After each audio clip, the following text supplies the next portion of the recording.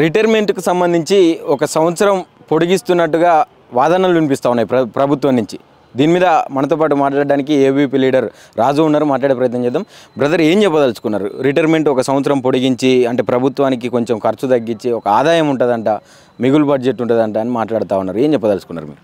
అంటే తెలంగాణ రాష్ట్రంలో రేవంత్ రెడ్డికి పరిపాలన శాతగాక, పరిపాలన చేయరాక, ఇప్పుడు ఎవరైతే రిటైర్మెంట్ ఏజ్లో ఉన్న ఉద్యోగులకు ఒక సంవత్సరం వయోపరిమితి పెంచుతా అని ఈ యొక్క రేవంత్ రెడ్డి సర్కారు రేపు క్యాబినెట్లో నిర్ణయం తీసుకోవడం జరుగుతుంది. దీనిలాగా వార్తలు వస్తున్నాయి. మేము ఒకటే అడుగుతున్నాం, తెలంగాణ రాష్ట్రంలో ఈరోజు ప్రభుత్వ ఉద్యోగాలు దాదాపు 9,000 కోట్ల రిటైర్మెంట్ బెనిఫిట్స్ లాస్ట్ ఇయర్ ఆగిపోయినాయి. దీని గురించి ఒక త్రిసభ్య కమిటీ వేసిండు. ముందు బట్టి విక్రమార్కతో ఒక కమిటీ వేసిన తర్వాత త్రిసభ్య ఐఏఎస్ కమిటీ వేసి ఆ యొక్క ఐఏఎస్ కమిటీ నివేదన ఏమిచ్చిందంటే, నివేదిక ఒక సంవత్సరం మనం పొడిగిస్తే 9,000 కోట్లు ఇవరకే మనం రిటైర్మెంట్ బెనిఫిట్స్ కావచ్చు, డిఏలు కావచ్చు, టీఏలు కావచ్చు, ఇలా అనేక బెనిఫిట్స్ రిటైర్మెంట్ ఉద్యోగాలకు ఇవ్వాలి. మనకు అప్పుల పాలు బాగుంది, మన పరిపాలన శాతగా అయితే లేదు. ఒక సంవత్సరం ఇదే కంటిన్యూ చేస్తే, మొన్న కూడా మనం ప్రొఫెసర్ల ఏజ్ లిమిట్ కూడా 65 చేసుకున్నాం, అంగన్వాడీ టీచర్లది కూడా 65 సంవత్సరాలు చేసుకున్నాం. ఇదే ఒక సంవత్సరం పొడిగించిన తర్వాత ఇది కూడా 65 సంవత్సరాలు చేసుకుంటే మనకి ఇలాంటి బాధలు ఉండయి, ఇలాగ బెనిఫిట్స్ ఇచ్చే బాధలు ఉండయి, ఇలాగ రిటైర్మెంట్ డిఏలు ఇచ్చే బాధలు ఉండయి అనే వాదనలతోటే దాదాపు 9,000 కోట్ల రూపాయలు ఆపి ఇప్పటికీ ఒక సంవత్సరం ఏజ్ పెంచాలనుకుంటారు. ఇది నిజంగా కూడా నిరుద్యోగులకు చాలా దురదృష్టం. ఈ యొక్క రేవంత్ రెడ్డి సర్కారు ఏ విధంగా నిర్ణయం తీసుకుంటుందంటే, ఈ యొక్క రేవంత్ రెడ్డి అధికారంలోకి వచ్చినప్పుడు యావత్ తెలంగాణ రాష్ట్రంలో ఉన్న నిరుద్యోగులకు సంవత్సరానికి 2 లక్షల ఉద్యోగాలు ఇస్తా అన్న వాగ్దానం ఈయన చేసిండు. కానీ ఈ యొక్క ఉద్యోగాలు పక్క పెట్టి ఎవరైతే రిటైర్మెంట్ ఎంప్లాయీస్ ఏజ్ పెంచి ఆ యొక్క ఏజ్ లిమిట్ పెంచి ఈ యొక్క వేకెన్సీస్ను భర్తీ చేయక, ఆ యొక్క వేకెన్సీస్ నింపక అది అలానే కంటిన్యూ చేసుకుంటూ పోతే ఇక్కడ నిరుద్యోగులకు ఉద్యోగ అవకాశాలు వస్తలేవు. వాళ్ళ యొక్క తీవ్ర మనోవేదనకు గురవుతారు, ఆవేదనకు గురవుతారు. దాదాపు 12 సంవత్సరాలు పోరాడినా కూడా ఈనాడు ఈ యొక్క రాష్ట్ర ప్రభుత్వంలో కూడా ఇదే ఏజ్లు పెంచుకుంటూ పోతాడు. 2021లో కూడా 58 సంవత్సరాలు ఉన్న ఏజు 61 సంవత్సరాలు చేసిర్రు. అది ఇప్పుడు 61 నుండి 62 అంటుర్రు. తర్వాత 65 దాకా వస్తే ఈ యొక్క రాష్ట్రంలో ఉన్న కాంగ్రెస్ ప్రభుత్వం ఉన్న రోజులు కూడా నిరుద్యోగులకు ఉద్యోగాలు రావని కూడా నిరుద్యోగులు అందరూ కూడా తీవ్ర ఆవేదనలు ఉన్నారు.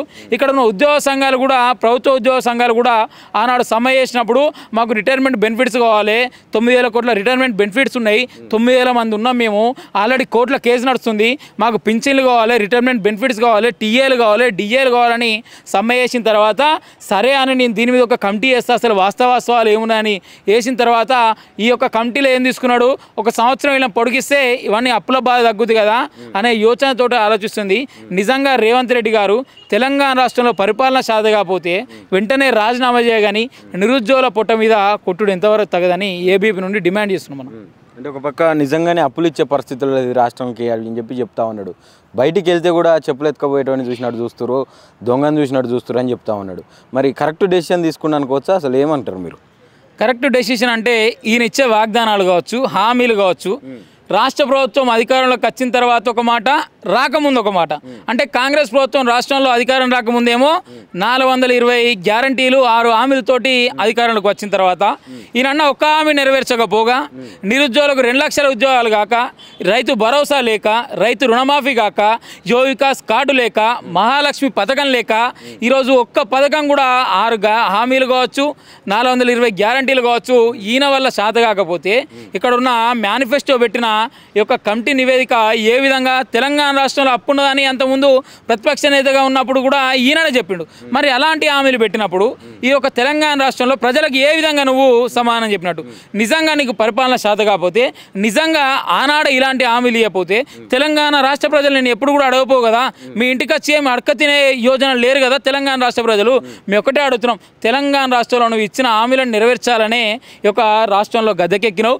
కాబట్టి యొక్క హామీలను నువ్వు నెరవేర్చే క్రమంలో నువ్వేంటిదంటే ఇప్పుడు అప్పుల పాలైందంటే నువ్వు గత ప్రభుత్వంలో ప్రతిపక్ష నేతగా ఉన్నప్పుడు తెలంగాణ రాష్ట్రంలో అప్పుల పాలైందని నీకు తెలియదా?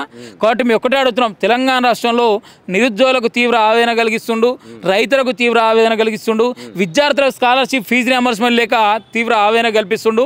ఈరోజు ఈ యొక్క 61 సంవత్సరాలు ఉన్నది 62 సంవత్సరాలు వయోపరిమితి పెంచి ఇది ఇంకా నిరుద్యోగులకు ఇంకా తీవ్ర మనోవేదనకు గురి చేసేటట్టు ఆలోచన తీసుకుంటూ వెంటనే యొక్క నిర్ణయాన్ని వెనక్కి తీసుకోవాలి.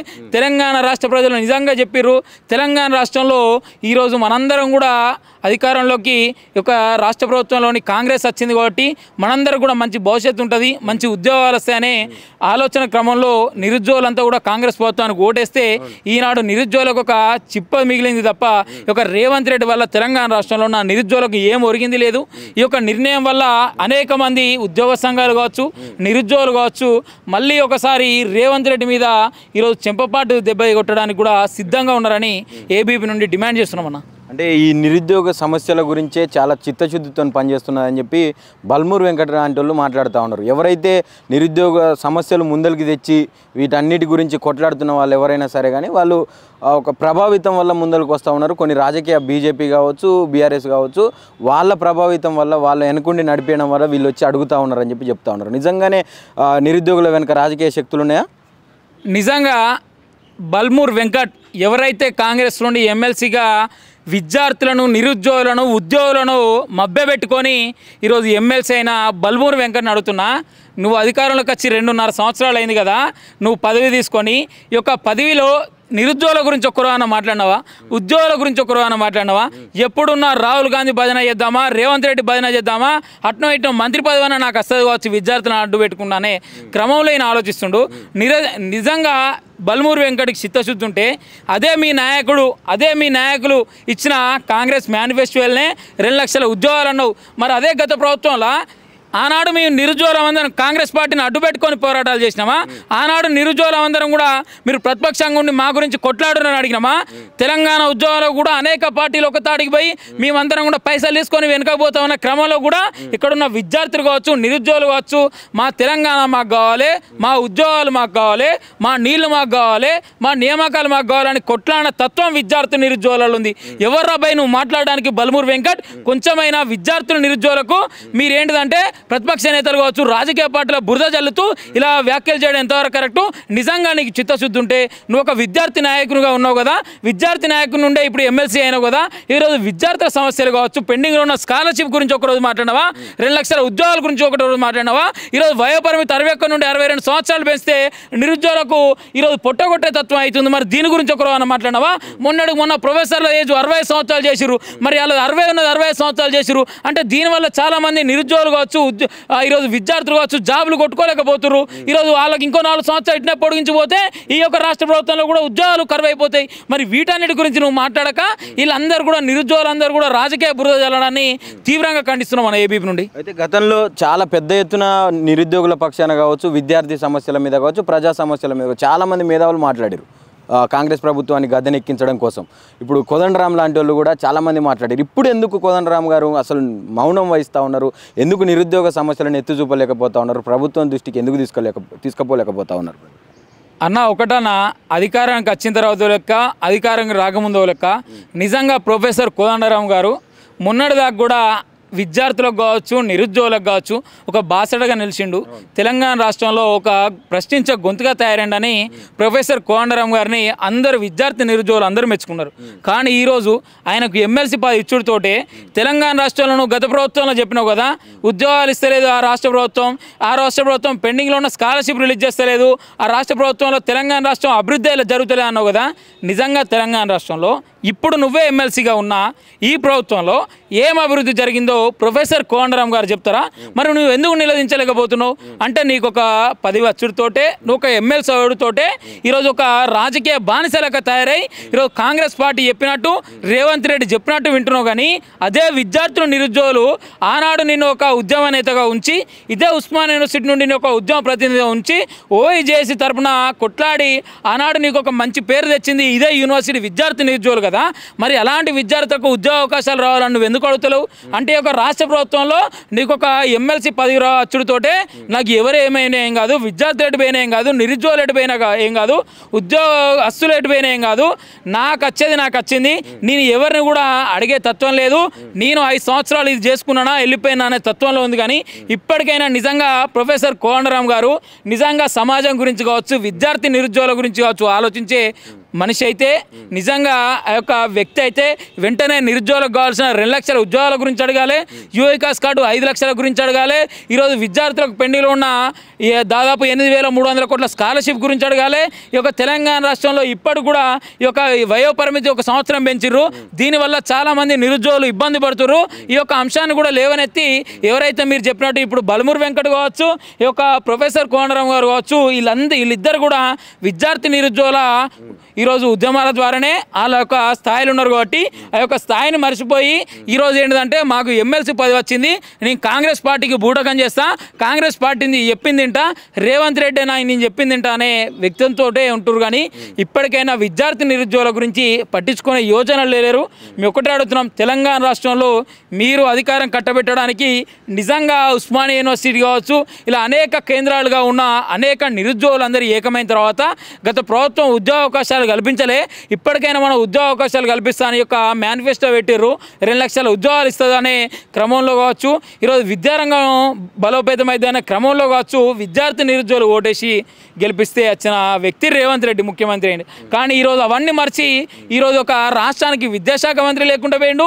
ఇప్పుడేమో విద్యార్థులకు నిరుద్యోగులకు ఉద్యోగాలు కల్పించమంటేనేమో ఇలా ఏజ్ లిమిట్ పెంచుకుంటూ పోతుండు. దీనివల్ల ఎవరికి నష్టం అంటే రేవంత్ రెడ్డికి ఒక ఉద్యోగం వచ్చింది, కోదండరాంకి ఒక ఉద్యోగం వచ్చింది, బలమూరు వెంకటకు ఒక ఉద్యోగం వచ్చింది. కాంగ్రెస్ పార్టీలో ఎవరైతే అప్పుడు ఏడ్చుకుంటా తూడ్చుకుంటా విద్యార్థి నిరుద్యోగుల దగ్గరకు వచ్చిర్రో వాళ్ళందరికీ కూడా మంచి మంచి ఉద్యోగాలు అంటే ఎమ్మెల్యేలు, ఎమ్మెల్సీలు, ఎంపీలు, ముఖ్యమంత్రులు, మినిస్టర్లు అయ్యారు. కాబట్టి ఇలా బాధలు మాకు అవసరం లేదు, మా పదవి ఉన్నదా, 5 సంవత్సరాలు ఉన్నదా, మేము బతుకుతామా, పైసలు ఎన్నికేసినామా, ఏ కమిషన్ తీసుకున్నా కూడా ఏ వ్యక్తి ఎమ్మెల్యే అయినా ఎంపీ కానీ కాంగ్రెస్ ప్రభుత్వంలో కమిషన్ లేని బతుకలేరట. 10%, 20% కమిషన్లు తీసుకొని బతుకుతారట.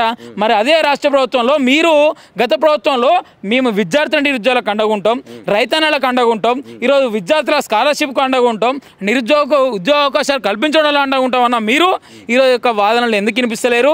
ఈ యొక్క వాదనలు ఏ విధంగా మీరు కంట చూపుతలేరని ఏబీపీ నుండి డిమాండ్ చేస్తున్నాం మనం. ఫైనల్గా ఏం చెప్పదలుచుకున్నాం? ఇప్పుడు ఈ ఏజ్ రిలాక్సేషన్ సంబంధించి కావచ్చు, ఇటు నిరుద్యోగుల సమస్యల తరఫున కావచ్చు, ఏబీపీ కార్యాచరణ ఎలా ఉండబోతుంది ముందస్తుగా? తెలంగాణ రాష్ట్రంలో ఏబీపీ కార్యాచరణ గత ప్రభుత్వంలో కథనబేర అనే అంశంతో తెలంగాణ రాష్ట్రంలో విద్యార్థులందరినీ ఏకం చేసి కూడా మరి ఈరోజు ఇవే ప్రభుత్వ బడులు బలోపేతం కాలే, నిరుద్యోగులకు ఉద్యోగ అవకాశాలు రాలే, ఫీజు రియంబర్స్మెంట్ రిలీజ్ కాలే, యూనివర్సిటీలో రిక్రూట్మెంట్ జరగలే, యూనివర్సిటీ బలోపేతం కాలే, ఇవన్నీ సమస్యలు ఆ విధంగానే ఉన్నాయి, రైతుల సమస్యలు ఆ విధంగా ఉన్నాయి. ఇప్పటికి కూడా ఈ యొక్క దాదాపు 2 సంవత్సరాలు దగ్గర కానొస్తుంది ఒక రాష్ట్ర ప్రభుత్వం అధికారంలోకి వచ్చి. ఇప్పటికి కూడా ఎక్కడేసిన గొంగడి ఎక్కడనే ఉంది. ఏ ఒక్క వాగ్దానం కావచ్చు, ఏ ఒక్క హామీ కావచ్చు ఈ యొక్క కాంగ్రెస్ ప్రభుత్వం ఈరోజు నిలబెట్టలేకపోయింది, తీర్చుకోలేకపోయింది. కాబట్టి ఈ యొక్క రాష్ట్ర ప్రభుత్వాన్ని గద్దెదించే యోచనలో విద్యార్థి ఉద్యమాలు కావచ్చు, నిరుద్యోగ ఉద్యమాలు కావచ్చు, ఉద్యోగస్తులను ఏకం చేసైనా కూడా ఇలాంటి వయోపరిమితి ఏజ్ పెంచారు కదా, దీన్ని అందరూ కూడా వెనక్కి తీసుకోవాలి. నిరుద్యోగులకు ఉద్యోగ అవకాశాలు కల్పించాలి, విద్యార్థులకు స్కాలర్షిప్ రావాలి, రైతన్నలకు రైతు భరోసా కావచ్చు, రైతు బీమా కావచ్చు, ఇలా అనేక ఇవ్వాలనే నేపథ్యంలో మనందరం కూడా ఏబీపీ ఈరోజు పెద్ద ఎత్తున కార్యాచరణ రూపొందించడం జరిగింది.